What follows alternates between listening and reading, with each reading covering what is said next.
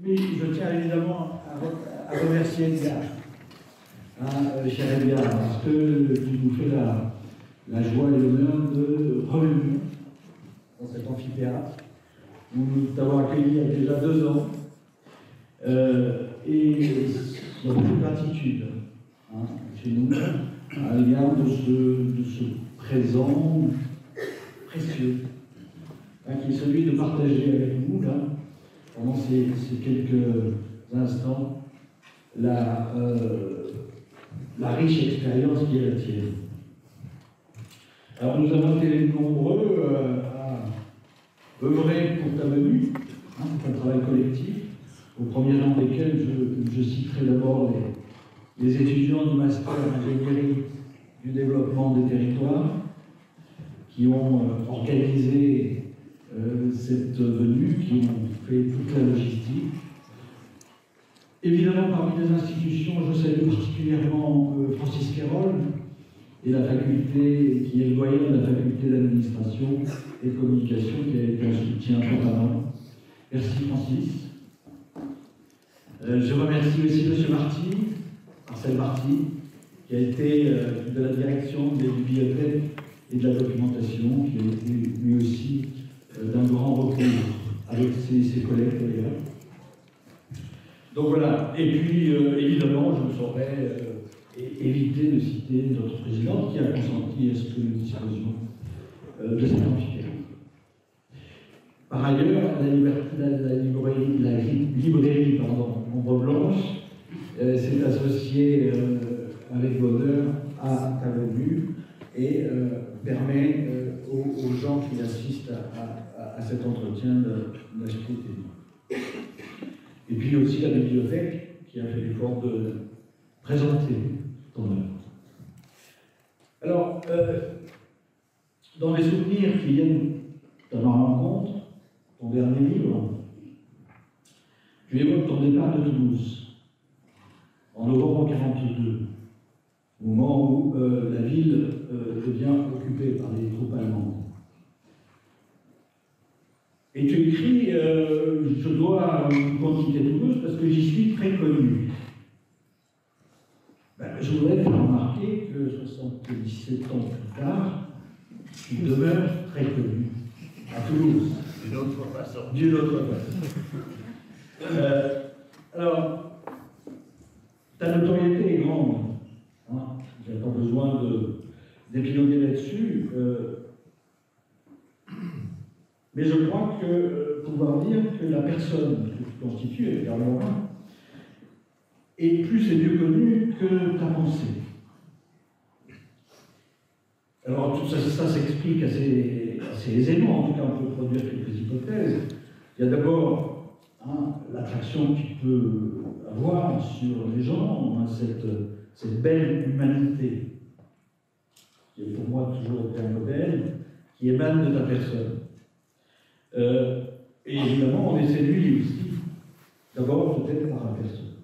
Moi, j'ai d'abord été séduit par ton œuvre avant de te connaître. Ensuite, il y a tes engagements et ta participation au débat public. Et on n'a qu'à se louer, me semble-t-il, que tu continues à te préoccuper du sort de tes congénères, de tes frères humains. Mais il y a aussi l'abondance de tes interventions médiatiques. Tout ça explique que tu sois très connu et plus connu que ton œuvre. Ce qui pour moi est un peu dommage. Même si ta parole publique est souvent riche, riche de sens, c'est assez frappant ça. Quand tu t'exprimes, il y a du sens. Et on en manque beaucoup du sens aujourd'hui. Elle est généreuse pour se soutenir des causes. Mais elle occupe quelque peu ta pensée, qui est, elle, plus dense, plus exigeante, qui suppose un travail patient, de confrontation au texte, crayon à la main. Et cette pensée-là, elle nous demande effectivement beaucoup d'efforts. On doit mobiliser l'ensemble de ces facultés cognitives pour, je dirais, percevoir les perspectives que tu nous ouvres, qui sont très stimulantes. Alors, dans ton œuvre protéiforme d'une ampleur tout à fait exceptionnelle. Hein. Je crois qu'on ne doit pas être loin de la centaine d'ouvrages aujourd'hui. Je ne sais pas si vous imaginez une centaine d'ouvrages. Des centaines d'articles, et quant au texte, il y a plusieurs milliers de témoignages, de conférences, etc. Donc c'est une œuvre absolument considérable. Et on est nombreux dans le monde, en tout cas un certain nombre, un peu partout dans le monde, à y voir une pensée d'abord transdisciplinaire, c'est pas si fréquent, puissante, féconde, et qui ouvre des horizons inédits pour aborder les enjeux contemporains. Et on en parlera ce soir, évidemment, les enjeux contemporains. Et elle, moi j'en suis persuadé, n'occupe pas encore la place qui devrait être la sienne. Je l'enseigne, mais je me sens un petit peu isolé. Alors, cette place, elle n'est pas négligeable pour autant. Comme en témoignent les quelques 40 doctorats honoris causa, ça ne doit pas être loin d'être un record mondial. Plus de petits Sabat, son épouse, qui ont été attribués par les universités dans le monde. Alors, pour ce soir, tu as souhaité ne pas recourir au format de la conférence classique. Tu m'as proposé qu'on fasse un entretien. Ce que j'ai eu l'audace d'accepter après quelques hésitations tout à l'heure. Alors, je te poserai des questions, j'essaierai de les poser de la manière, en tout cas des questions pertinentes, je l'espère. Je voudrais que ce soir, ça soit un peu ta fête. La fête a été là. Et les étudiants veulent te célébrer aussi. Ils vont te célébrer et tu vas les baptiser. Tu n'imaginais pas ça. Tu vas les baptiser Promotion Edgar Morin.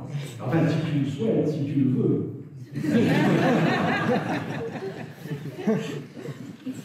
Mais bon, ça sera à la fin. Donc, je vais te poser un certain nombre de questions.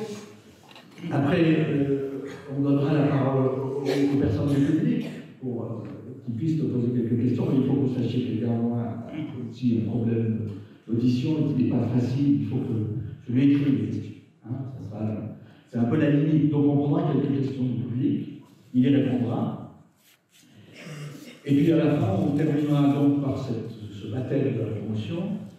Et Edgar consacrera un certain temps ensuite, à la fin, pour dédicacer des ouvrages. Voilà à peu près le topo. Alors maintenant, je vais demander à ce que Anna, qui est une étudiante du master, te fasse le cadeau de la lecture d'un poème d'un auteur que tu aimes beaucoup. Peut-être le reconnaîtras-tu. Voilà.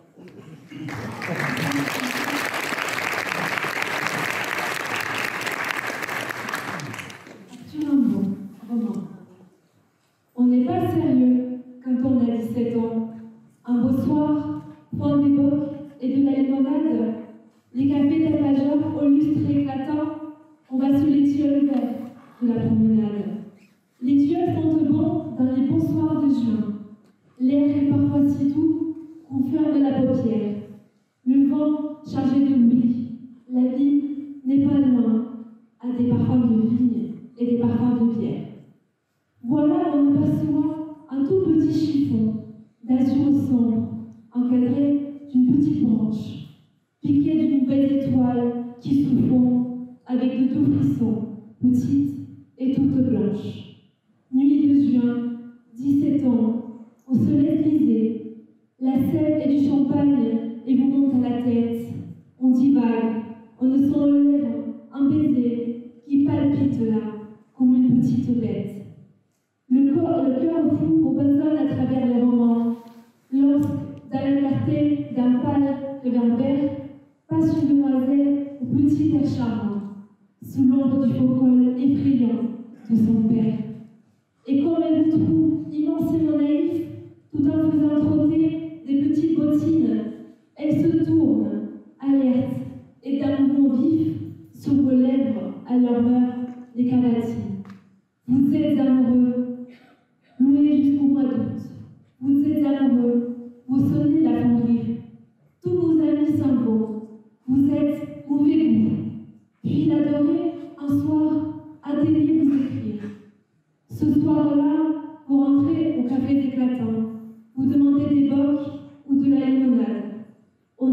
sérieux quand on a 17 ans et qu'on a des tilleuls verts sur la promenade.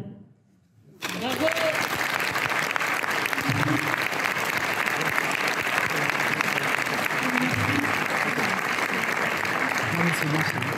Merci, Alain.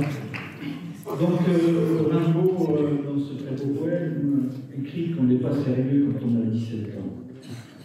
L'est-on plus, Edgar, quand on a 98 ans?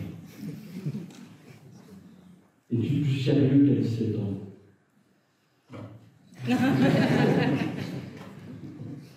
J'étais même un peu plus sérieux que maintenant. Bon, alors,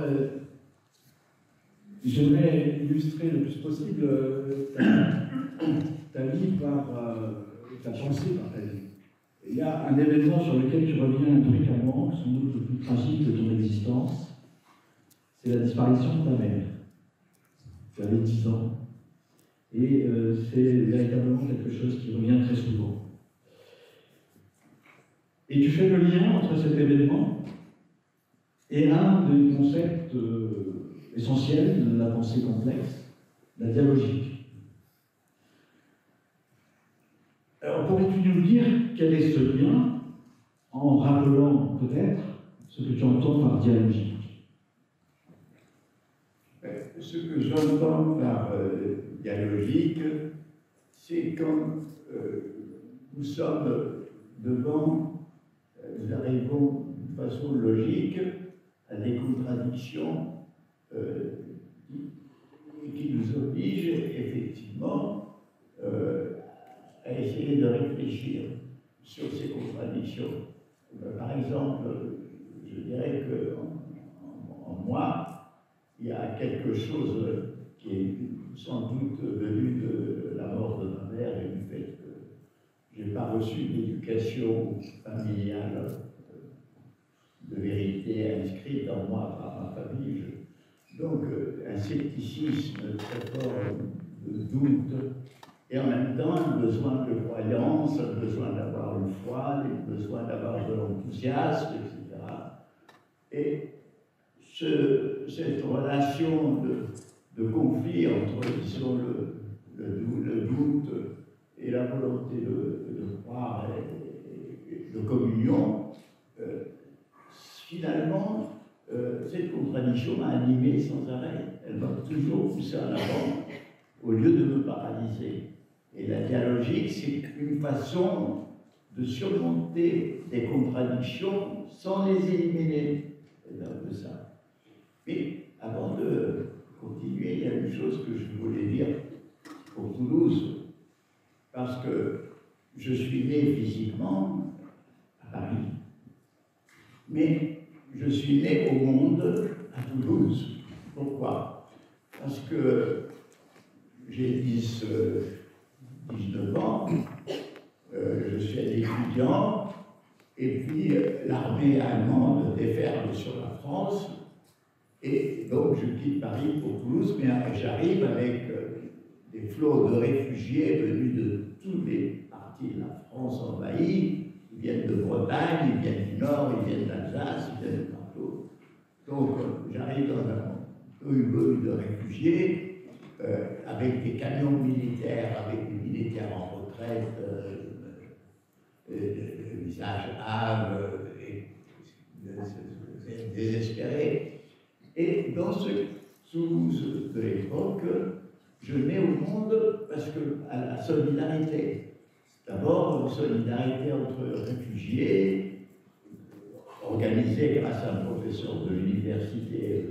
Fouché, professeur de géographie, qui a donné les moyens matériels.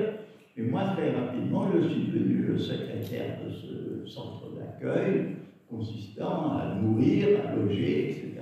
Donc, j'entre dans un monde où je trouve ce dont j'avais besoin, c'est-à-dire un nous, un sentiment d'appartenir à quelque chose et d'être utile à quelque chose et d'être utile aux autres. Et puis c'est là où je connais des personnes de toutes sortes, étudiants, écrivains, philosophes, qui m'ont, avec qui je joue des relations, des amitiés, et qui ont joué un rôle très fécond dans ma vie. Et donc, cette première année à Toulouse est une année vraiment où je nais au monde. Et ça, je tenais à le dire. Merci. Alors, tu te définis souvent comme marane ou néo-marane, et non pas comme juif. Bah, c'est une façon de me nommer, parce que, pourquoi? Parce que là où je me sentis très proche par la santé, par la santé, par la pensée, excusez-moi, c'est aussi bien de Montaigne et de Spinoza. Alors, Montaigne, nous savons maintenant que sa famille maternelle étaient des Espagnols d'origine juive convertis, de force évidemment, et qui étaient venus dans la région de Bordeaux. Quant au père de Montaigne, mais on ne sait pas très bien, mais son nom de famille a une consonance portugaise, haïtienne. Et de toute façon, nous savons que le père a tenu à ce que Montaigne soit élevé au collège de Guyenne, qui était dirigé par lui aussi un marane, d'origine portugaise. C'est le premier endroit où on enseignait en France l'esprit critique et la rationalité. Et Montaigne, de par cette ascendance, tout en étant devenu intégralement français, a une sorte d'esprit ouverture universelle. Il faut dire que, par exemple, il s'intéressait, il avait de la compassion pour les Indiens d'Amérique qui étaient persécutés. Il avait dans son chapitre sur les cannibales, il a dit, on nous dit qu'ils sont barbares parce qu'ils mangent leurs ennemis morts, mais nous, on est beaucoup plus barbares parce qu'on les asservit, on les torture, on les esclavagise. Donc, cette façon de penser de Montaigne, tout à fait ouverte et en même temps pour la tolérance, je me sens sensible. Et Spinoza, lui aussi, qui a été rejeté par la synagogue, quel était son message? Son message de dire, pour moi, je ne crois pas qu'il y a une sorte de Dieu, architecte, créateur, au-dessus du monde. Moi, je crois que la création, le divin, il est dans le monde, dans la nature, c'est le monde qui est créateur. Et donc, ce sont des esprits qui m'ont marqué et je me sens de cette ascendance. C'est-à-dire, ce sont des esprits qui ont dépassé la religion juive, la religion chrétienne, pour arriver à quelque chose au-delà qui, jusqu'à eux, n'existait pas. Et c'est pour ça que j'aime bien me donner l'étiquette de néo-marane, mais ça n'empêche pas, ça ne veut pas dire que je me sépare de ma ascendance juive, pas du tout, puisque je dis sans arrêt, je fais partie du peuple maudit, mais je ne fais pas partie du peuple élu. Voilà. Merci. Alors, tu as évoqué Toulouse. Toulouse, c'est évidemment les débuts de la résistance. Oui. Et est-ce que tu voudrais évoquer, parmi les gens que tu as pu rencontrer à ce moment-là, certaines personnes? Oui. Bon, ben, tout d'abord, j'évoquerai celle qui m'accompagne, ma première épouse, qui s'appelait Violette Chapelot, parce que le professeur Jean Kelevitch, qui avait été nommé à l'université en novembre, s'est trouvé chassé 2 semaines après, parce qu'il était juif. À l'époque, Vichy éliminait de l'enseignement les francs-maçons et tout. Et donc, j'ai été à sa deuxième et dernière séance, encore en hommage à lui, et j'étais à côté d'une étudiante qui disait qu'il faut faire quelque chose, être extrêmement ardente. Et donc, je me suis devenu son copain, je me suis dit, allez. Donc, et puis, il s'est trouvé que, ayant lu à la bibliothèque municipale des revues NRF, je suis tombé sur un texte de Clara Malraux qui se séparait d'André Malraux, l'écrivain, et texte qui m'a plu. Moi, j'ai dit à une copine, sans savoir qu'elle connaissait Sarah Malraux, que c'était très bien, et cette femme a voulu me voir. Et donc, là aussi, par elle-même, j'ai connu un monde d'écrivains. Donc, et puis, il y a aussi dans ce monde de réfugiés, par exemple, il y avait Madame Henry, qui était la femme d'un professeur d'université, qui pendant l'exode est mort, et elle est arrivée à Toulouse avec ses 4 enfants. On l'a rencontré par hasard au restaurant, on s'est liés, et on est devenus amis pour la vie, et sa fille aînée, Hélène, est devenue comme ma sœur. Donc, à Toulouse, j'ai trouvé des sœurs, j'ai trouvé des frères, j'ai trouvé des gens qui me guidaient, comme Jean Cassou, qui était un des premiers résistants de Toulouse, et dont j'étais du reste au procès quand il a été condamné. Georges Friedman, qui est un sociologue, et qui avait été très critiqué par le Parti communiste parce qu'il avait fait un livre de la Sainte-Lucie à Lurch où il disait que, tout en disant qu'il y avait des choses positives dans l'éducation, la santé, il y avait le culte de la personnalité, il y avait des critiques, et malgré ces critiques, il avait été insulté par la presse du parti, et c'est lui que j'ai été voir à un moment donné en disant écoutez, voilà, je suis tenté par entrer dans le communisme, qu'est-ce que vous en pensez? Et lui m'a dit, il a réfléchi, il m'a dit, écoutez, c'est peut-être un risque que vous devez courir. Donc, j'ai vraiment été marqué par les rencontres, les amitiés, les solidarités rencontrées ici. Alors, Edgar, on ne peut pas parler de toi sans évoquer ta relation avec les femmes.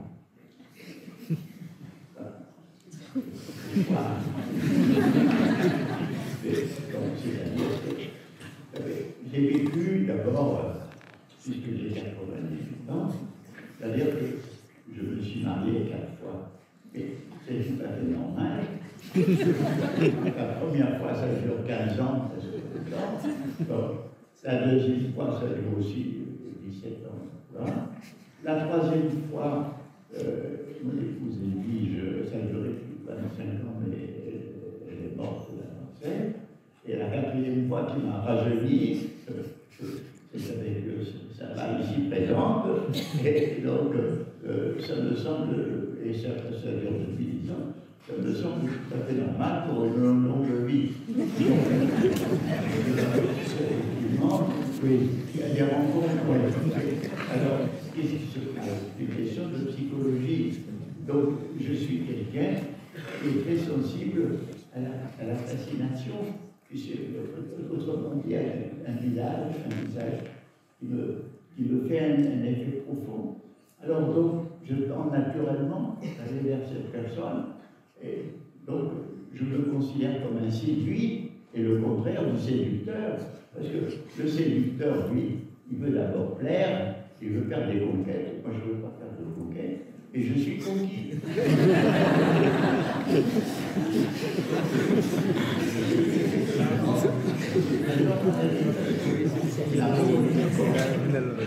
Regarde, c'est une force d'attraction gravitationnelle à laquelle, évidemment, je n'échappe pas, avec parfois, donc, je m'inhibe, je réussis à me contenir, comme c'est arrivé avec Marguerite Duras, on n'a pas eu ce lien charnel, parce que, pour des tas de raisons, d'ailleurs.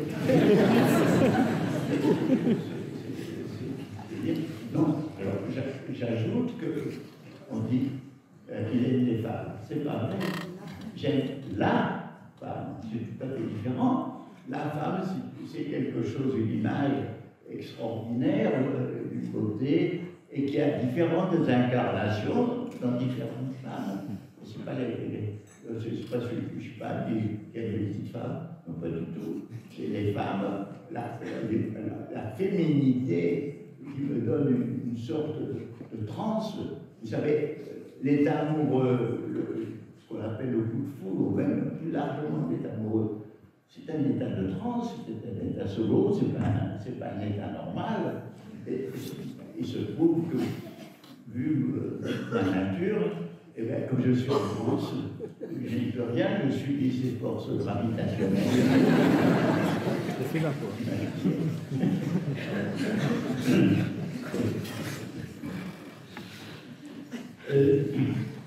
Parlons un peu de politique. Oui. Alors, je me souviens que tu avais demandé à rencontrer Nicolas Sarkozy quand il avait utilisé ton concept, ta formule de politique de civilisation. Au début de son quinquennat, au moins, Emmanuel Macron, on a beaucoup évoqué la pensée complexe d'Emmanuel Macron. Attendez. Laisse-moi terminer. Je n'ai pas connaissance de demande de rencontre de ta part. Faut-il en conclure que tu juges cette utilisation légitime? Alors, premièrement, je veux faire une rectificative sur Sarkozy. Un jour, Sarkozy, sous l'inspiration de son mentor, j'ai oublié comment il s'appelait, voilà. Il n'était pas cultivé, mais son mentor était assez cultivé. Il s'appelait politique de civilisation. Et un jour, il dit, ah, il faut faire une politique de civilisation. Alors là-dessus, les journaux m'interrogent, notamment Le Monde, et moi, j'ai dit dans Le Monde, moi, je ne sais pas ce qu'il veut entendre par ça, mais moi, j'entends ceci et cela. Bon. Et là-dessus, Sarkozy, c'est lui qui demande à me voir, c'est pas moi qui demande à me voir, c'est lui qui demande à me voir, qui le reçoit en bras de chemise comme toi, à l'Élysée, très décontracté, genre président américain, tout ça. Et, donc, moi, il me dit, pour moi, la politique de civilisation, ce sont les valeurs, c'est la nation, c'est tout ça. Ah, j'ai dit, c'est très bien. Pour moi, la politique de civilisation, ça veut dire que notre civilisation occidentale, qui a des qualités et qui a des vices, cette civilisation est en train de développer ses aspects négatifs et fait régresser ses aspects positifs. Et donc, je pense que la politique de civilisation, c'est réformer notre civilisation pour qu'elle soit plus solidaire, plus humaine, etc. Ah, on a constaté que ce n'était pas tout à fait la même chose, mais c'est resté très cordial. Et comme à la fin, il me parlait tout ça qui m'a semblé sincère, je lui ai dit, ah, écoutez, vous me semblez sincère, et j'ai l'impression que dans 50% des cas de votre discours, vous êtes sincère. C'était une petite blague. Le lendemain, Sarkozy fait une conférence de presse et les journalistes l'assaillent. Alors, Edgar Morin, il dit pas du tout. Moi, je l'ai rencontré hier et il m'a dit qu'il est d'accord avec 75% de la production. Quand j'ai vu ça, heureusement, jamais de ma vie, j'ai eu une telle ruée de journalistes de tous les pays qui me demandaient des explications. J'ai pu donc donner mon point de vue là, et les choses ont été corrigées. Et après, Sarkozy a dit que c'était Edgar Morin qui m'empêchait de faire la politique. Voilà. Ça, c'est l'épisode de Sarkozy, historique que je remets au point. Le deuxième épisode, c'est qu'au début de sa présidence, Macron disait, enfin, quelqu'un qui parlait en son nom, parce que comme Macron disait en même temps, etc., un de ses commentateurs ou un de ses fidèles a dit « La pensée du président est très complexe. Il faut comprendre cette complexité. » Du coup, certains ont pensé qu'il y avait quelques liaisons entre la complexité macronienne et la complexité morinienne. Mais jusqu'à présent, je ne l'ai pas trouvé. Voilà ce que je peux dire. Et au contraire, je pense que sa conception politico-économique n'est pas complexe du tout, parce que je considère que le néolibéralisme qui croit que c'est la concurrence qui va régler tous les problèmes humains et sociaux est une vision qui manque totalement de complexité et que c'est une autre politique qu'il faut faire. Voilà là-dessus.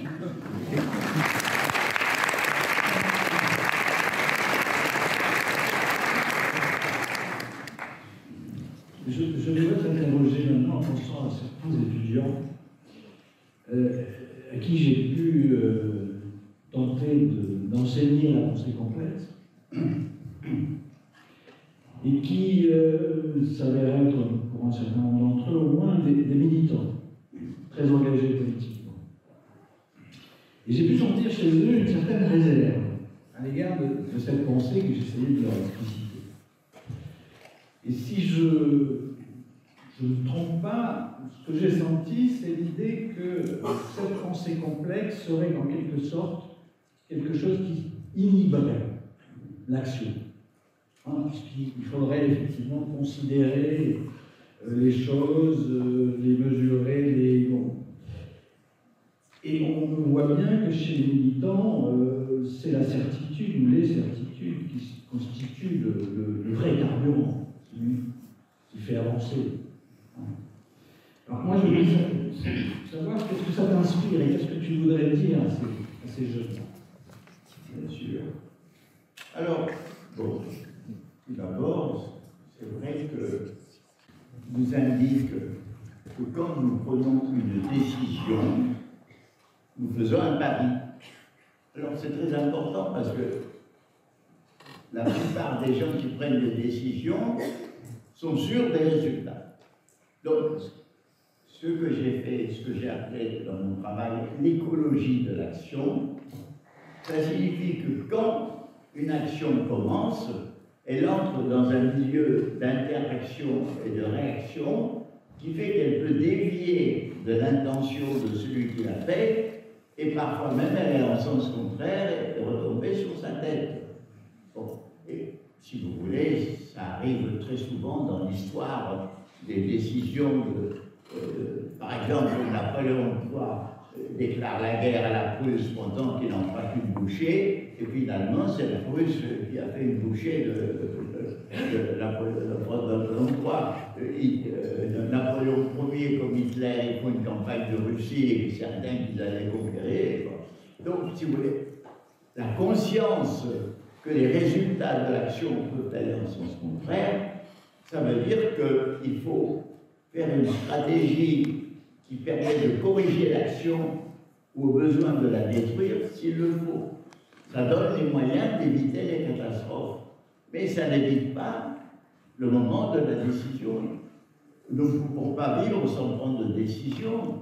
Et il est évident que toute décision, ça élimine des possibilités, ça en élu une certaine. Mais c'est vrai qu'il y a ceci, mais l'esprit doit lui-même rester conscient de la complexité de la situation. Par exemple, moi, quand j'ai décidé d'entrer dans la résistance à l'époque de l'occupation, j'ai fait cette décision-là, était contre une idéologie qui évidemment inspirait Hitler, qui était le nazisme, et c'était comme...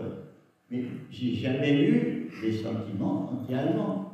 Et je dirais même que je faisais attention, alors autour de moi, les gens disaient « Ah bah les Boches, les Boches, les Boches ». Moi-même, dans mes tracts, je disais toujours « Ah bah les nazis ». Donc, je tenais à faire la différence, à ne pas dire que l'allemand et le nazisme, c'est exactement la même chose. Donc, et de voir aussi que si dans notre action, on pouvait faire des erreurs ou des choses injustes, c'était pas, il fallait voir ces erreurs, ne pas les occulter, mais ça n'empêchait pas de faire l'action. Donc, si vous voulez, moi, mon propre exemple, ça ne m'a jamais empêché, de faire de la résistance, de créer un comité avec des amis d'intellectuels contre la guerre d'Algérie, 3, d'intervenir quand il y a eu la guerre de Yougoslavie et de prendre parti, comme quand il y a eu la guerre d'Irak, d'intervenir dans les débats politiques français, etc. Mais je m'efforce de ne jamais avoir une attitude sectaire, une attitude dans laquelle je criminalise l'ennemi ou l'adversaire. Dans le fond, si vous voulez, quel est le vice qui menace les gens qui se lancent dans un combat? Un, c'est de criminaliser l'ennemi. Hein. Deux, c'est la responsabilité collective. Alors on dit, ben, on va tuer un Allemand parce qu'on dit, c'est ton frère ou un Indien qui a fait la même chose. Donc on est pris dans une idéologie qui est à peu près la même que celle de l'adversaire. Donc, moi, je ne veux pas avoir les mêmes attitudes que les adversaires que je combats. Donc, si tu veux, ça donne, je crois, de la lucidité et à un moment donné, d'avoir par exemple, je prends le cas de la guerre d'Algérie. J'ai créé un comité contre cette guerre. Évidemment, je pense que l'issue, c'est l'indépendance de l'Algérie. Bien entendu, les conditions de la guerre se sont radicalisées de façon très forte, c'est-à-dire que d'un côté, la répression française est devenue très dure avec des violences et des tortures, que les actions du FLN avec des attentats et des violences étaient très dures, et je voyais, à un moment donné, après qu'il y ait eu le putsch des généraux d'Alger, j'ai vu qu'il y avait le risque, si cette guerre continue, d'avoir une dictature militaire en France et la dictature du FLN en Algérie. Donc à ce moment-là, j'ai dit priorité absolue à la négociation, il faut faire la paix avant tout. Donc à un moment donné, j'oriente l'action dans un sens qui me semble sanitaire. Donc voilà, je pense que on est contraint par la vie et de prendre des partis seulement.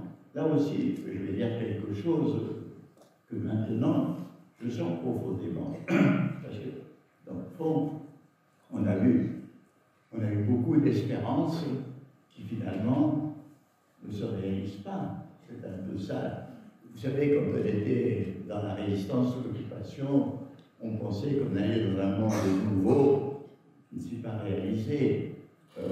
Chaque fois qu'il y a une printemps, que ce soit le printemps arabe, le printemps de Lisbonne, on pense que quelque chose de merveilleux, il y a une retombée dans la prose. Et puis aujourd'hui, on voit bien qu'il y a une situation très régressive dans le monde, une crise des démocraties, la crise de la planète avec toutes les dégradations que ça constitue, la multiplication des armes nucléaires, une économie liée à l'hégémonie du profit et toute l'inégalité. Enfin, on voit une situation où les phénomènes négatifs, est-ce que ça doit nous inhiber? Au contraire, mais ça ne doit pas nous donner des illusions. Et pourquoi? Moi, ça ne m'inhibe pas. Parce que j'ai compris qu'au cours de l'histoire humaine, il y a eu des périodes d'épanouissement et des périodes de retombées, qu'il y a eu des empires qui se sont épanouis et d'autres qui se sont succombés, qu'il y a eu des barbaries qui ont suscité je vois tout ça. Alors je me dis, ben, c'est toujours le même combat entre ce que, à un moment donné, Freud avait dit la lutte entre Eros et Thanatos, c'est-à-dire Eros, les forces d'union, d'amour, de fraternité, de solidarité, et Thanatos, les forces de destruction, de mort, de régression. Et donc, je me suis dit, voilà, que dans ce cas-là, dans l'incertitude où on n'est pas sûr de gagner, mais au moins la chose importante, c'est de prendre le parti d'Eros et de garder ce parti. Ce qui veut dire qu'à ce moment-là, c'est tonique, on sait qu'on fait bien, alors, et on lutte contre les forces de destruction. Maintenant, il faut être lucide, parce que, effectivement, quand moi j'étais communiste, je pensais que tous les défauts que j'avais connus de l'Union soviétique d'avant la guerre, les procès de Moscou, le culte à Staline, les goulags, tout ça, ça allait disparaître avec la victoire. Mais quand j'ai vu très rapidement que ça n'avait pas disparu, j'ai changé. Et le parti auquel j'appartenais, quand j'ai vu que c'était qui soutenait la répression de l'URSS contre la révolution hongroise ou la révolte des peuples, je suis devenu ennemi du système dans lequel j'étais. Donc, si vous voulez, l'engagement, on le prend, mais on ne s'engage pas de façon aveugle. On essaye de comprendre et on sait que si on s'est trompé, on corrige avant. Voilà pour l'engagement. Merci.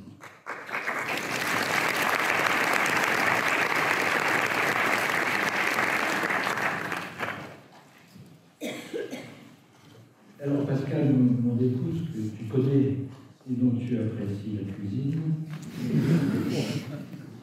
est professeure des écoles. Elle a récemment rencontré avec ses élèves, lors d'une lecture, des élèves de CM1, 9-10 ans, le mot optimisme. Et aucun des élèves de sa classe ne connaissait le sens de ce mot. Et ce n'est pas une zone socialement défavorisée. Qu'est-ce que ça t'inspire? Ben, souvent, les gens me disent « Ah, vous êtes un optimiste ». Parce que, ou bien certains me disent, quand je vois que je décris la possibilité de catastrophe prochaine, « Oh, vous êtes pessimiste ».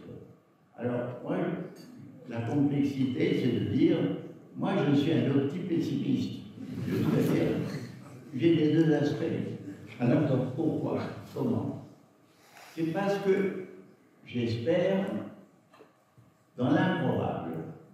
Alors, qu'est-ce que ça veut dire l'improbable? L'improbable, ça veut dire que pour un observateur donné, dans un temps donné, dans un lieu donné, quand il connaît très bien les courants historiques qui traversent le présent, il les projette vers l'avenir, et c'est la probabilité. Aujourd'hui, les gens disent en 2025, il y aura ceci, cela. C'est la probabilité. Mais en réalité, l'histoire obéit très rarement à la probabilité et surviennent des événements improbables, bons ou mauvais.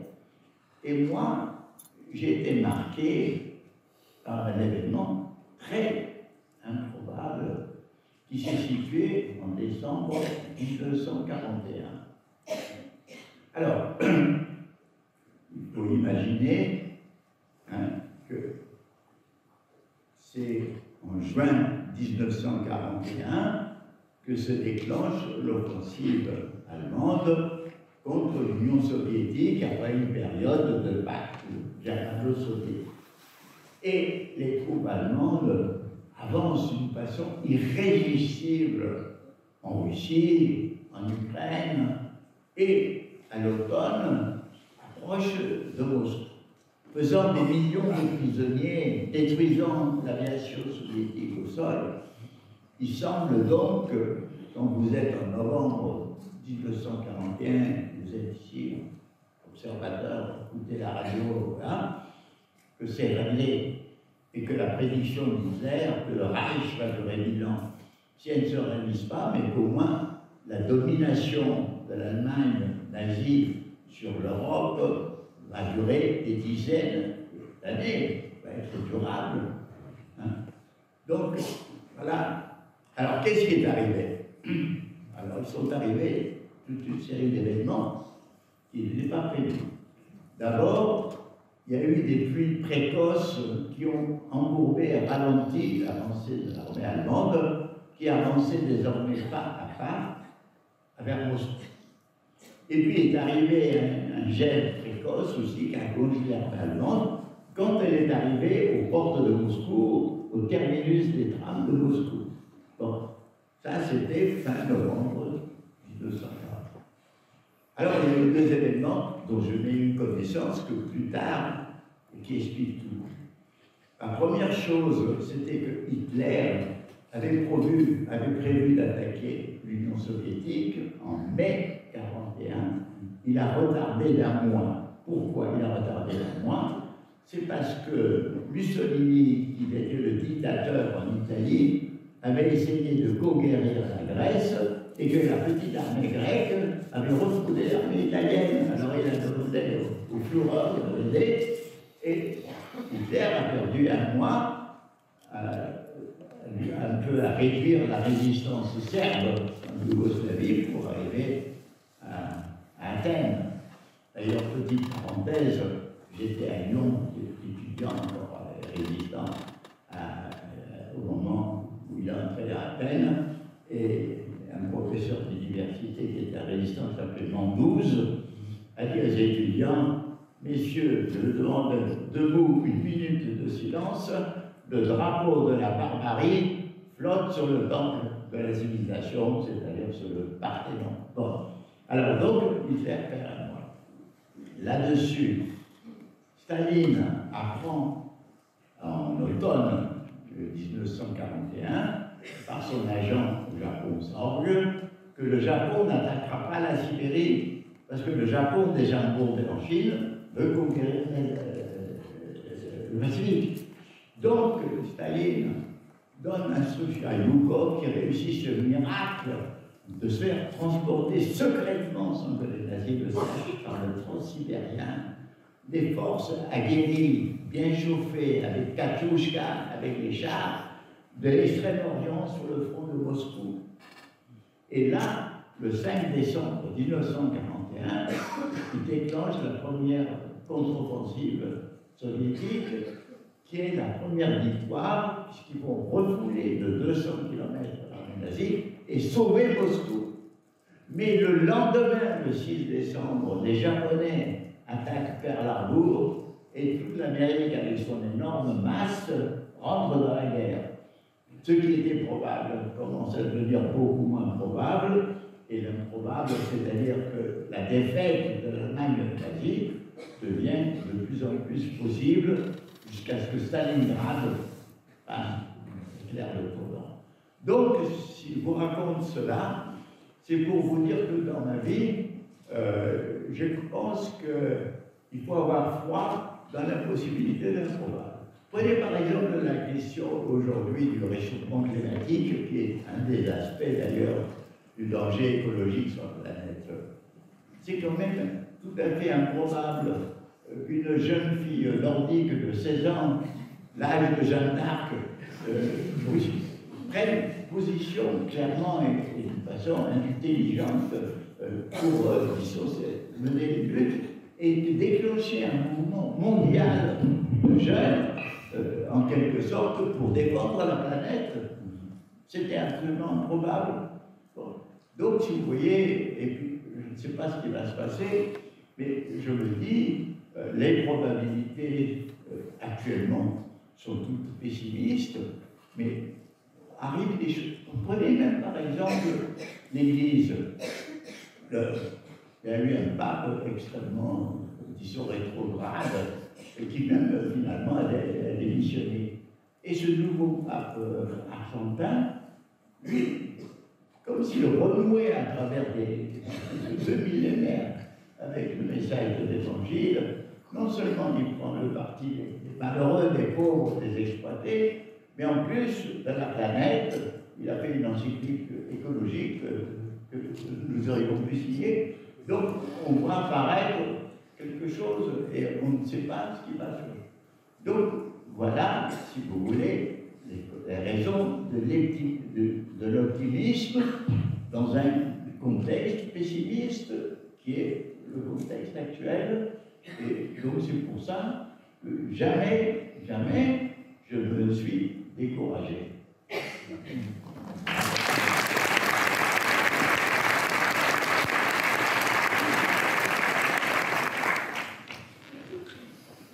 Je voudrais évoquer maintenant un grand philosophe. Je m'adresse aux jeunes gens parce que les plus anciens reconnaîtront l'humoriste. Le grand philosophe, c'est Pierre Dac. Il a écrit quelque chose que je considère comme une pensée profonde, notamment pour notre époque. Il a dit qu'il valait mieux penser le changement que changer le pansement. Est-ce que tu n'as pas l'impression qu'en matière de transition ou d'absence de transition, on change le pansement, mais on ne pense pas le changement? C'est très juste.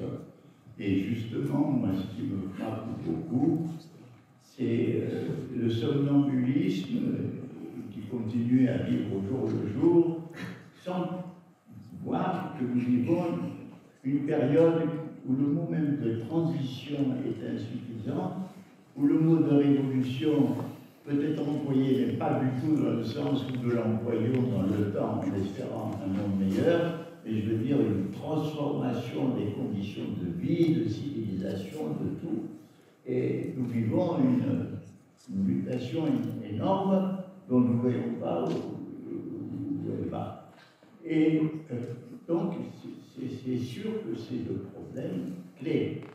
Et du reste, je dois dire que moi j'ai pris conscience d'abord de ce qu'on appelait l'ère planétaire dans les années 60, c'est-à-dire de comprendre que ce qui avait commencé avec Christophe Colomb et Vasco da Gama se continuait, se prolongeait dans notre monde technique, scientifique, économique. Et quand il y a eu l'effondrement de l'Union soviétique, il y a eu la mondialisation, c'est-à-dire que l'unification technologique et économique du monde, et même des communications, où on pouvait communiquer de n'importe quel point.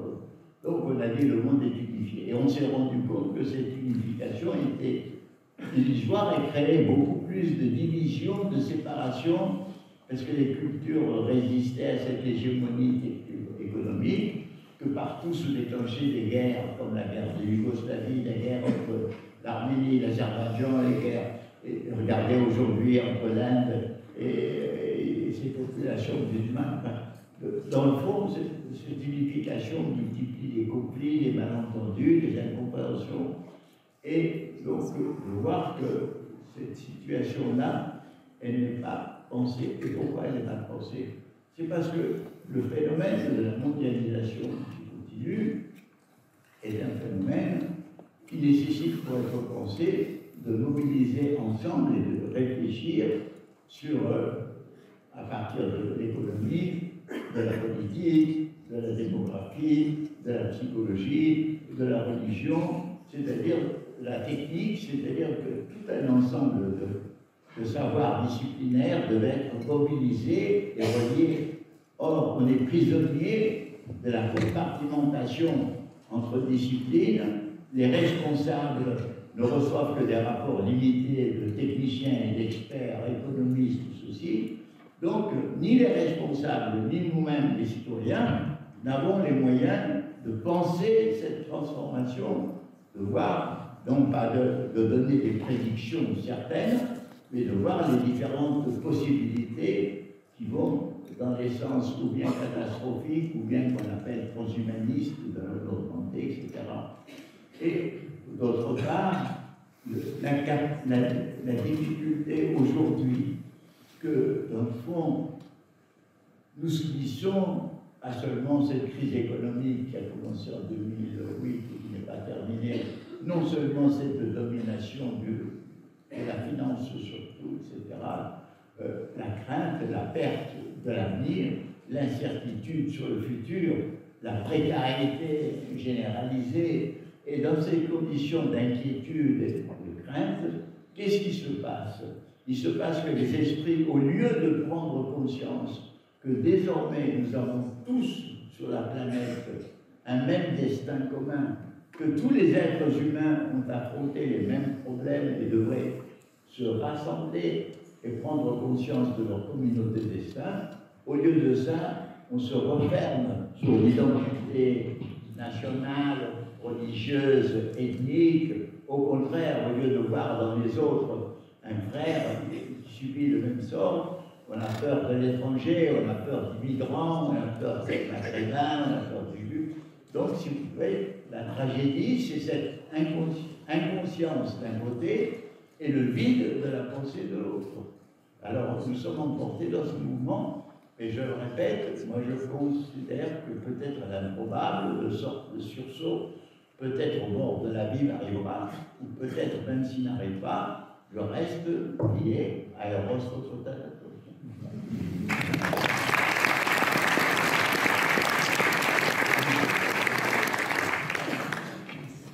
Bon, je vais pour terminer, avant de laisser la parole aux personnes de la salle, t'interroger sur quelque chose qui, depuis les dernières années, je dirais, nous a paru de manière plus fréquente dans ton œuvre. L'idée de mystère. Hein, tu dis dans ta préface à la nouvelle édition de la méthode que il faut une méthode de pensée qui approche le mystère, qui pense les êtres, qui traduisent la complexité du réel et qui approche le mystère. Alors, j'ai une première question. Tu parles de la religion de l'amour comme étant la religion de la reliance. Alors d'abord, je voudrais savoir quelle est la différence entre l'amour que tu évoques là et l'amour chrétien. Ça, c'est une première idée. Et ensuite, est-ce que ton appel, ta reconnaissance du mystère n'est pas quelque chose de l'ordre d'une spiritualité qui prendrait une forme non religieuse? Oui, très bien. Bien. Bon, moi je crois que, effectivement, dans les idées de fraternité et même d'amour, c'est une version laïcisée d'un message évangélique, je pense. Mais la version laïcisée signifie qu'elle n'implique pas du tout les croyances dogmatiques de la foi, comme la résurrection de Jésus ou la Trinité, etc. Donc, en effet, je pense que les idées socialistes, même ces idées fraternitaires, sont des héritages, mais c'est la laïcisation qui est importante. Et qui nous permet aussi de donner leur vertu à ce message évangélique qui précède la formation d'une Église avec tout ce que ça suppose et ce que historiquement ça a supposé aussi de fermeture et de persécution. Alors maintenant le mystère. Moi je crois que la connaissance complexe est bien plus riche que la connaissance simplifiante et compartimentale. Mais elle n'explique pas tout. Elle n'explique pas tout, et pourquoi? Moi, je crois que d'abord, il y a une limite à la raison humaine, et qu'il y a aussi une limite aux capacités de compréhension de l'esprit humain. Et quand on s'interroge sur les choses, mais pourquoi y a-t-il un monde socorien? Je ne peux pas le dire. On ne peut même pas savoir, disons, notre monde, comment il est né. Les astrophysiciens nous parlent de Big Bang et puis ils nous disent il est sorti du vide, mais que dans le vide, il y avait des énergies potentielles infinies. Alors voilà un vide qui n'est pas vide. Donc, si vous voulez, le vocabulaire de notre connaissance rationnelle est insuffisant pour nous aider à comprendre. Et au fond, le sentiment du mystère, c'est d'abord quelque chose qui est de nature poétique, parce que quand je vois des papillons, des mésanges, un vol d'hirondelles, un tourbillon de tourneaux, des fleurs, il y a un sentiment poétique, et je me dis, mais pourquoi faire ça? Je regarde, pourquoi est-ce que je vis? Et pourquoi je suis né? Pourquoi? Donc, si vous voulez, je me sens du relais du mystère, mais la spiritualité consiste à dire « Ah, ben, j'ai la réponse dans l'esprit. » Non. Alors donc, je pense que notre condition, et surtout, plus nous avançons dans la connaissance, plus cette connaissance révèle un nouvel inconnu de plus en plus mystérieux. C'est ça qui m'a toujours frappé beaucoup. D'ailleurs, ça a été dit depuis très longtemps, de toute façon, que plus on sait, moins on sait. Donc, il faut avoir la complexité, c'est d'avoir ce double sentiment. Moi, j'adore connaître, j'adore lire les travaux des astrophysiciens, les résultats. Encore récemment, j'ai lu qu'on a découvert dans une galaxie proche un trou noir supermassif qui est contraire à toutes les théories. Bon, je suis quand même nourri, qu'est-ce que c'est que ces trous noirs? Peut-être qu'on trouvera une explication, mais elle-même créera un nouveau mystère. On est dans le mystère de l'existence, du monde, la vie. Pourquoi la vie est-elle née? Est-ce qu'il y a d'autres vies dans d'autres galaxies ou planètes? Donc, moi je pense que ce sentiment, c'est vrai qu'il est de plus en plus présent en moi, mais il me donne cette sorte de qualité de poésie, de dire c'est pas un monde banal, c'est pas un monde prosaïque, dans lequel c'est un monde incroyable, étonnant, et donc nous devons assumer notre destin. Et d'ailleurs, dans mon livre Terre Patrie, je conclue par une chose qui n'a pas plu à beaucoup, parce que je disais, alors que dans la religion, on dit soyons frères pour être sauvés, moi je dis soyons frères parce que nous sommes perdus.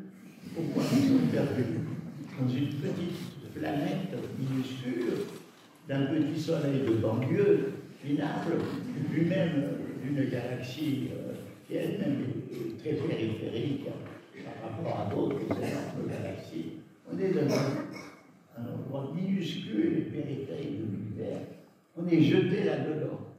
Ben, qu'est-ce qu'il faut faire dans ce moment-là? C'est comme un peu, on est des réfugiés quelque part. Comme j'ai des réfugiés à Toulouse, les réfugiés, ils se sont mis à fraterniser. Eh bien, fraternisons puisque nous sommes ici. C'est la seule chose que nous avons à faire.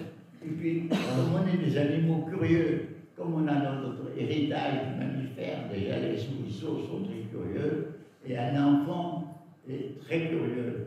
Et je pense aussi que nous devons développer, garder plutôt en nous, à l'âge adulte, les curiosités infinies et omnivores de l'enfant.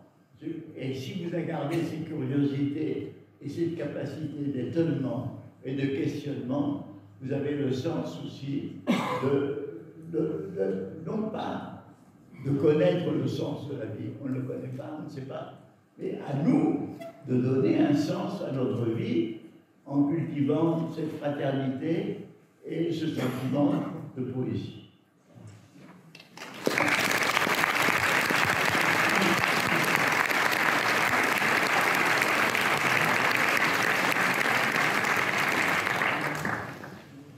Bon, je crois qu'il est temps de faire circuler un peu le micro. On va prendre 4 à 5 questions, pas plus.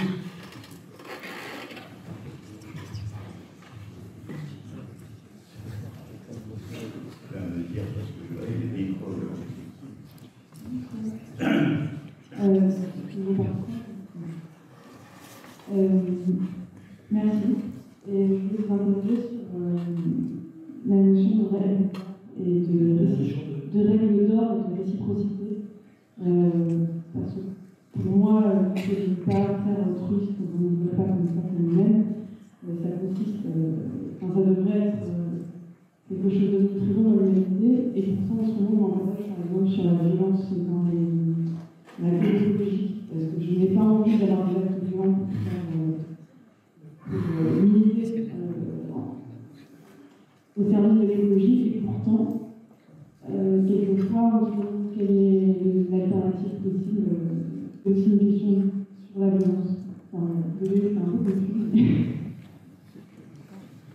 Ok, merci. Je vais essayer de traduire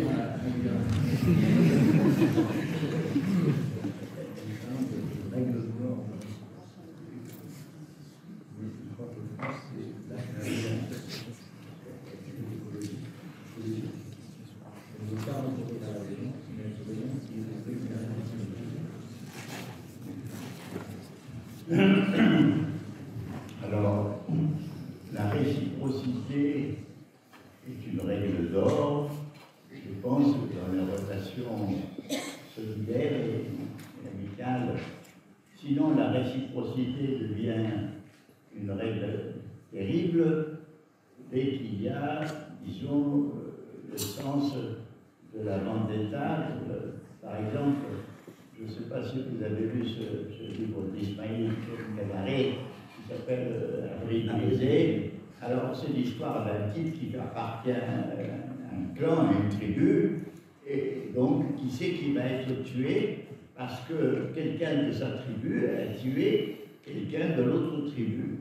Ceci à la suite d'une série de vengeances réciproques. Et lui, donc, tout ce roman, il attend le moment, il ne sait pas où il va être tué, il arrive, et dans son tribu va se lever quelqu'un qui va tuer quelqu'un de l'autre tribu. Donc, si vous voulez, la réciprocité, elle est valable dans tous les rapports de solidarité et d'amitié, mais elle n'est pas valable dans le rapport justement de la violence. Maintenant, moi je crois de plus en plus à la vertu des actions non violentes et que, du reste, nous connaissons assez mal, parce que nous connaissons assez mal, par exemple, ce qui a pu être l'action d'un Gandhi aux Indes, qui a été très persévérante et où la non-violence a obtenu un certain nombre de résultats concrets. C'est-à-dire, dès qu'un mouvement devient collectif et prend une forme aussi de non-participation, il peut être très fort. Un mouvement collectif de non-paiement de l'impôt, qui est vraiment attenté à un ordre public. Donc, moi, je crois, vous savez, on arrive à être saturé des violences. On en a, pour ma part, j'en ai trop connu, et le malheur des violences, c'est qu'elles entraînent cette réciprocité. Alors on dit on va se venger, on va les punir, etc.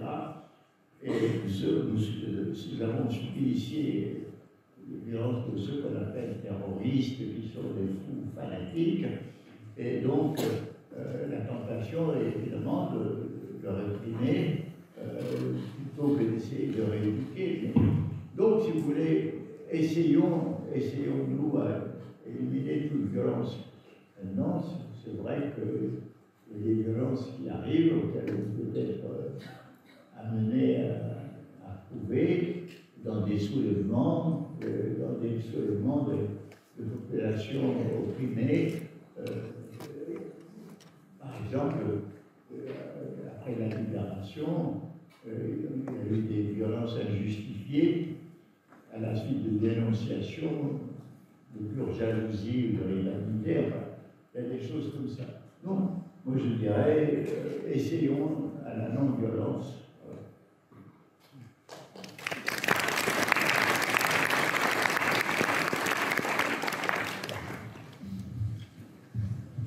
Bonjour, j'ai plusieurs questions, mais je vais participer avec mon amant. Et je voudrais savoir, vous avez parlé pour quelle histoire, dans le sens un peu sur le recul.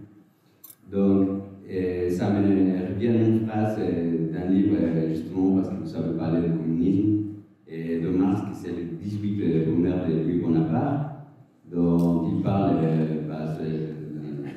tout au début du livre, qui dit et il dit que tous les événements, les personnages de l'histoire universelle ça intervient pour ainsi dire une fois comme tragédie, l'autre comme farce. Donc, qu'est-ce que vous en pensez de cette phrase?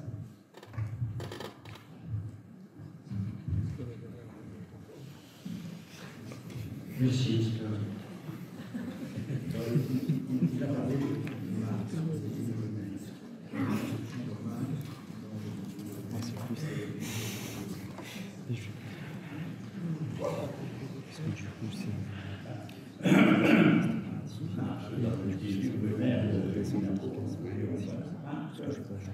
Il dit que la répétition, parce que le premier dit que c'est celui de Napoléon Ier, qui a en quelque sorte pris le pouvoir autoritaire, en disant que le premier est une tragédie, le deuxième, de répétition, grotesque, une sorte de comédie. Il a surtout voulu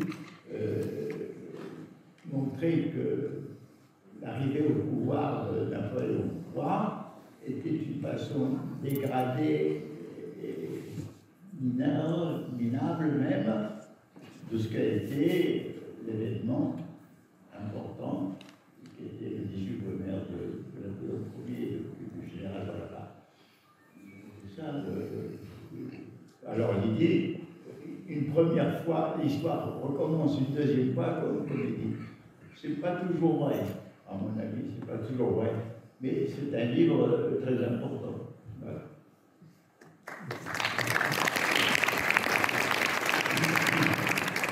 Bonsoir. Je voudrais revenir une seconde sur l'intitulé de la conférence de ce soir, l'urgence de transmettre l'enseignement d'une vie.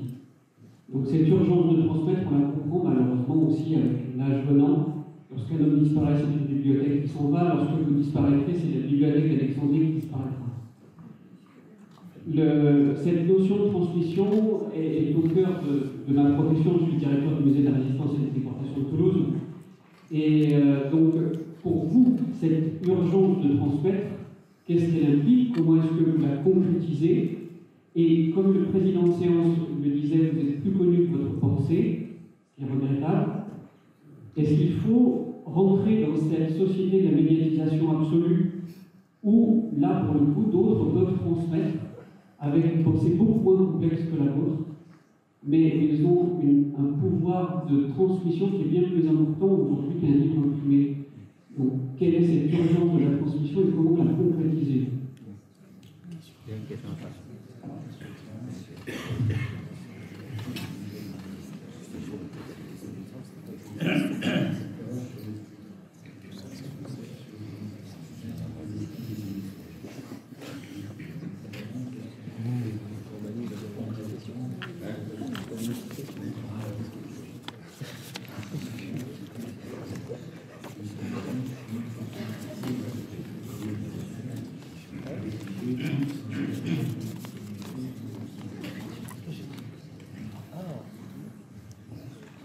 Bon, écoutez, pour le premier cas, l'urgence de transmettre, il se trouve que je suis embarqué dans un projet qui va se réaliser à Montauban le mois prochain ou dans 2 mois. De quoi s'agit-il?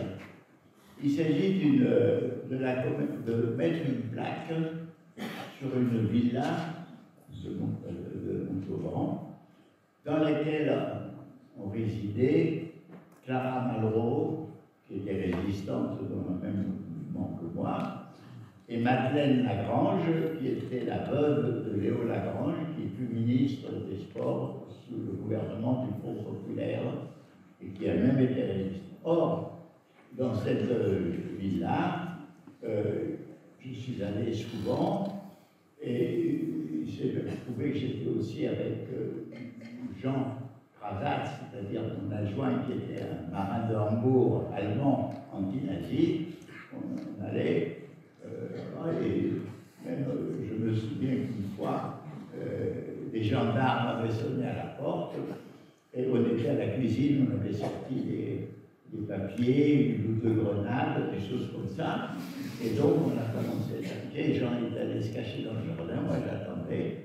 Et finalement, ces gendarmes venus pour une chose tout à fait secondaire, et on était rassurés. Mais, du coup, cette maison, il y a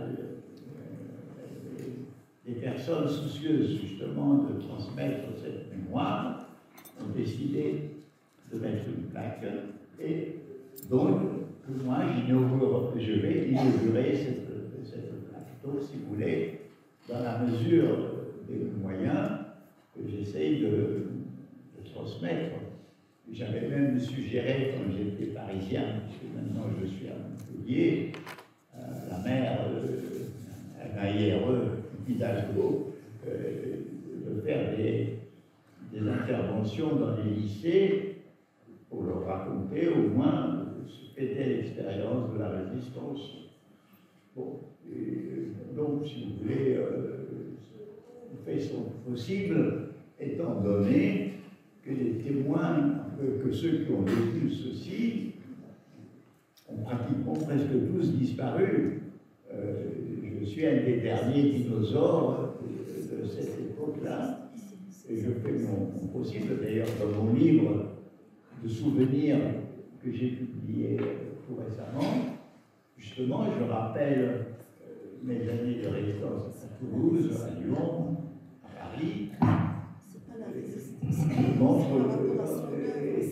Je donne des éléments concrets pour qu'on se souvienne de ces époques, pas ce que j'ai fait personnellement, mais ce qu'ont fait des personnes que j'ai admirées, des personnes formidables que j'ai connues. Et d'ailleurs, quand j'ai voulu d'abord faire un livre qui s'appelait Mes amis, mes héros. C'est-à-dire que je voulais faire un livre uniquement pour rappeler des gens qui étaient extraordinaires, notamment dans la résistance, mais qui ont complètement ignoré, oublié. On ne se rappelle que ceux qui après ont joué un rôle politique, comme François Mitterrand ou d'autres. Donc je voulais faire ça. Et en faisant en replongeant dans ce livre, j'ai trouvé le besoin de faire sortir tous mes souvenirs, etc. Donc, si vous voulez, je fais mon possible pour transmettre. Alors, vous dites la communication.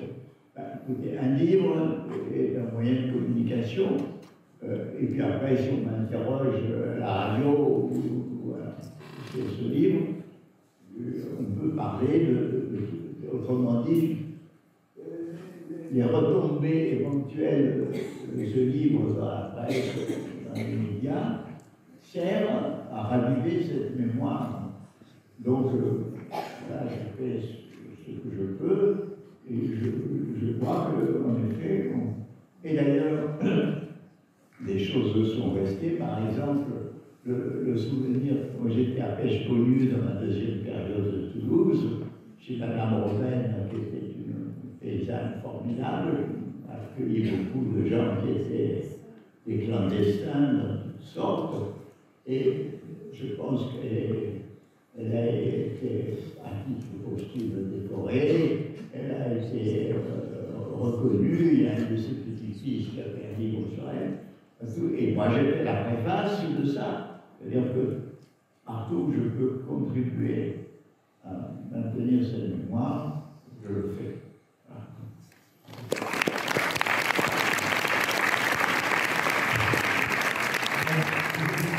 Je propose qu'on prenne une dernière question.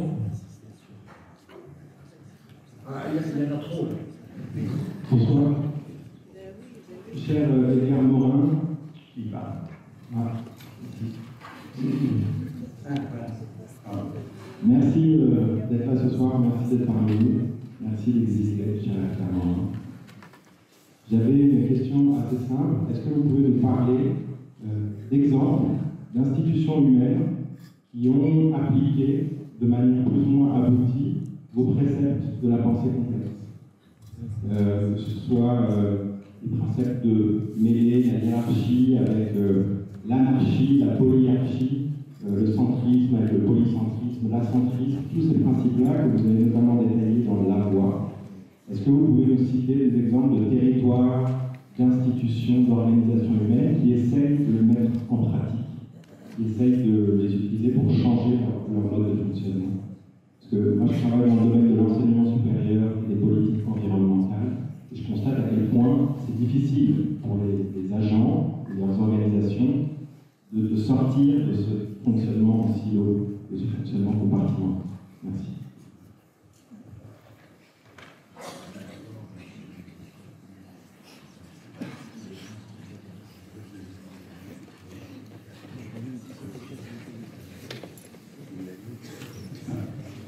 Écoutez, malheureusement, non, vous savez, cette pensée complexe, moi je suis un peu comme un arbre qui produit des graines, et puis le vent disperse les graines partout, et puis quand le sol est fertile, ça pousse, et quand le sol est stérile, ça ne pousse pas.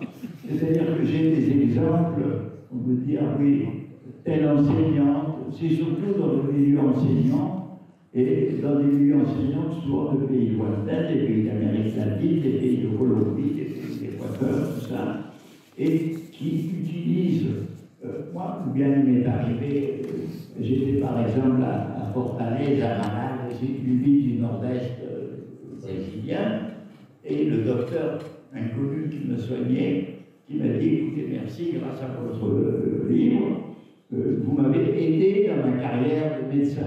Donc, si vous voulez, j'ai l'impression, je ne sais pas, c'est le hasard qui nous fait rencontrer des gens qui me montrent que, par exemple, j'ai appris récemment que le ministère de l'Éducation du Pérou avait inscrit pour l'université l'enseignement de la pensée complexe qu'il n'a pas eu en France. Donc, mais du point de vue institutionnel, non. Il y a eu une université au Mexique qui a voulu diffuser mon œuvre, mais je ne contrôle pas très bien dans quelle mesure c'est fidèle. Mais je pense, si vous voulez, que là où j'aimerais qu'il y ait un changement institutionnel dans notre système d'éducation français, on puisse enseigner la pensée complexe à partir des 7 savoirs, à partir de l'introduction à la pensée complexe. Mais non.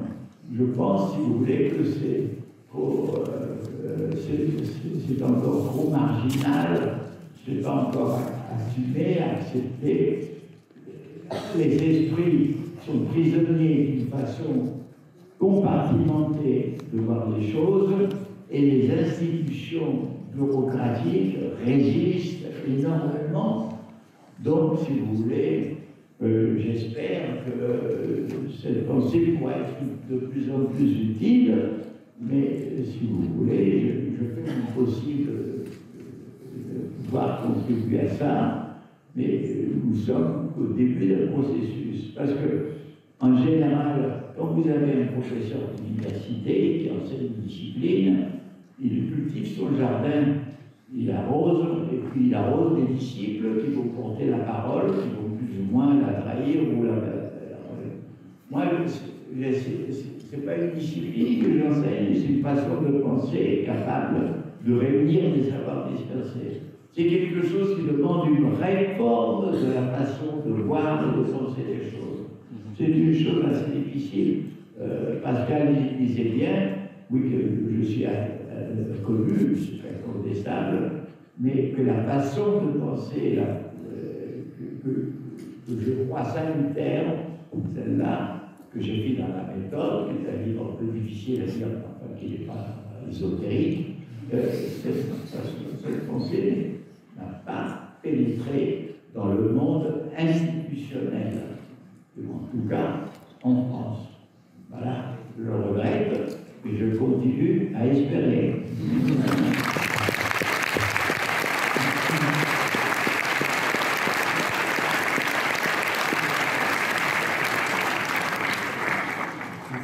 Je voudrais te dire que nous y travaillons. Donc, tu as une dernière question ou pas? C'était la dernière. Ici, pardon.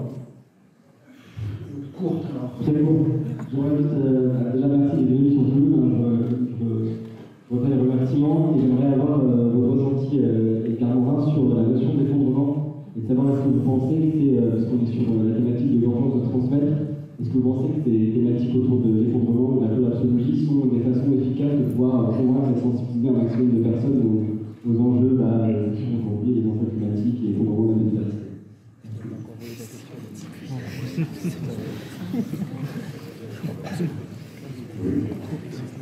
Écoutez, de reste, j'ai invité Pablo Servigne à Montpellier, à l'université, pour faire un dialogue à partir de son travail, son livre sur l'effondrement.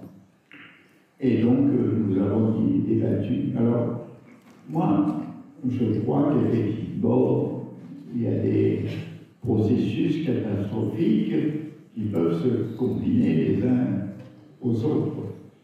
Même si actuellement ce n'est pas pensable, mais je ne peux pas écarter la possibilité d'une guerre nucléaire qui éclatant quelque part puisse se contaminer ailleurs, je ne sais pas.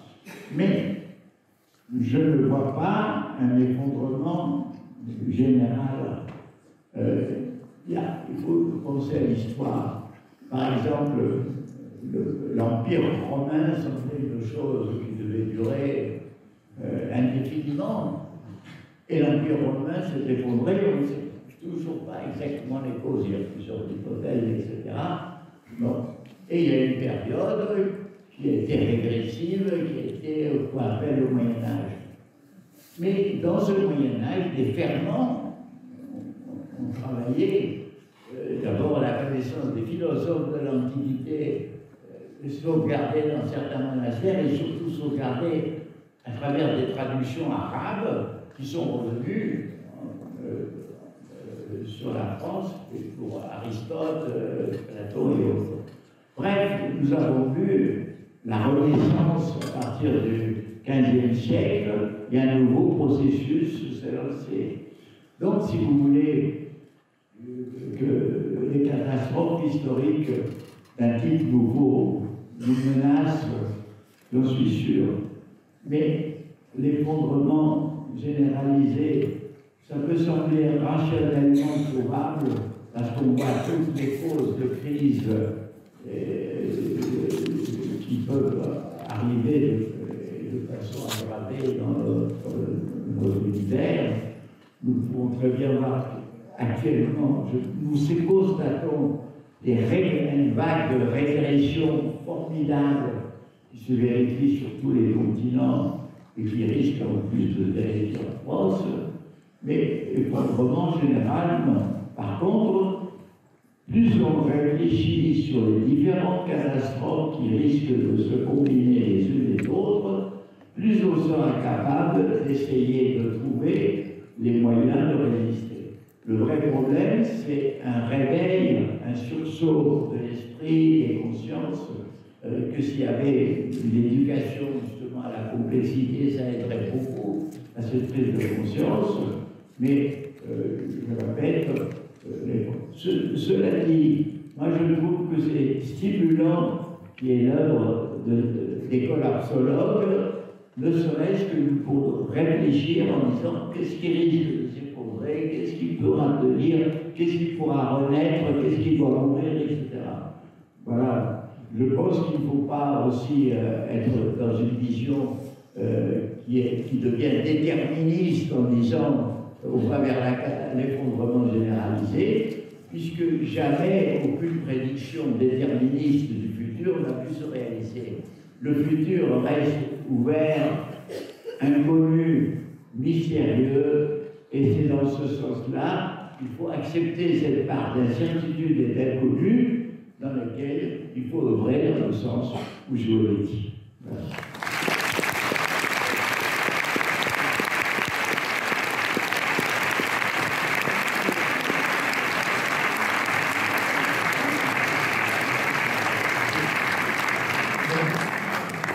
Avant de saluer la fin de l'événement d'aujourd'hui, en tout cas, le passage aux dédicaces, j'appelle les étudiants du master ingénierie du développement des territoires assez loin à nous, se mettre derrière nous.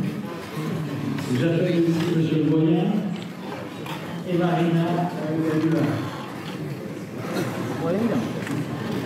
Em follow up. On doit se faire une déclaration. Vai, kemarin. Sekarang video.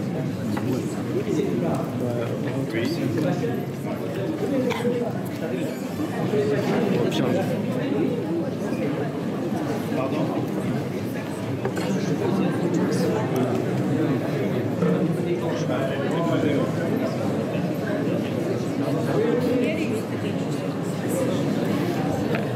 Alors, je demande encore un petit peu d'attention, parce que contrairement à ce que tu disais, il y a des points où la pensée complexe est enseignée.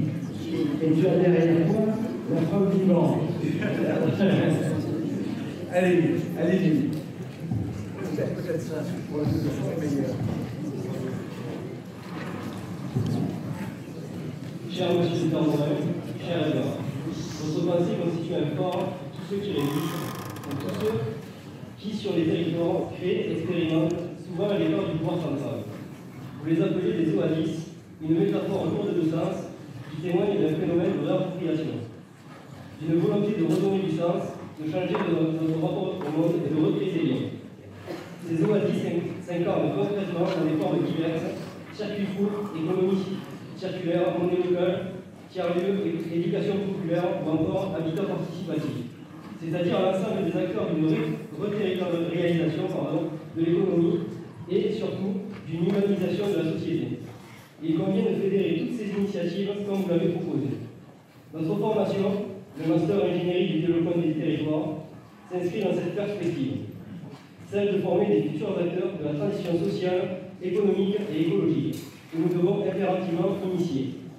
Mais cette transition ne se fera pas sans un changement de modèle de pensée, de paradigme, car, comme écrivait Einstein, on ne résout pas un problème avec le mode de pensée qui l'a engendré. La pensée complexe, votre pensée, est une voie possible qui nous est enseignée et qui nous interpelle. Elle nous interpelle par la transdisciplinarité qu'elle exige dans un univers de formation qui demeure cloisonné par discipline. Elle nous interpelle par les concepts puissants qu'elle nous propose. Elle nous interpelle enfin par l'éthique qu'elle véhicule et qui s'impose au travail de connaissance. À l'heure où la mondialisation produit dialogiquement la résurgence du local, à l'heure où l'empire de la marchandise réactive les identités exclusives, la complexité semble défier notre entendement et notre capacité d'action. Mais nous ne saurions abdiquer, nous ne saurions nous en remettre au consumérisme sans avenir qui nous est proposé. Il est temps d'inventer une nouvelle manière de vivre ensemble, entre nous et avec la nature. Alors peut-être, l'improbable pourra-t-il advenir et ouvrir l'horizon pour que la promesse de bonheur dont parlait l'école de Francfort puisse se concrétiser. Dans cette quête, votre pensée nous est précieuse et votre courage un exemple. Nous souhaitons vous en remercier et sommes fiers que notre promotion devienne la promotion Intermonde. Merci, chers amis.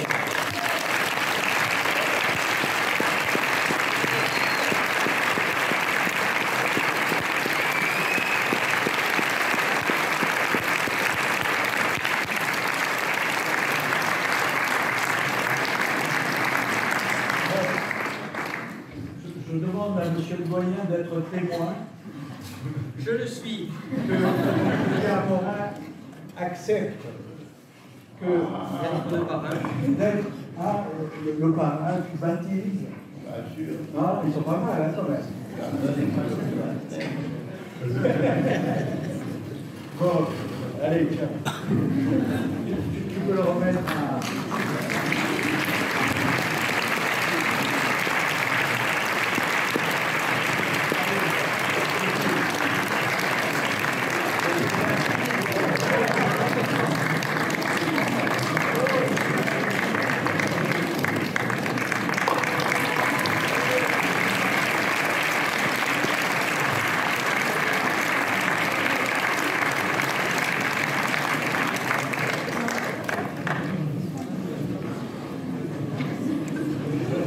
Voilà, maintenant je crois qu'on peut te remercier à nouveau et tu vas faire un petit peu de dédicace.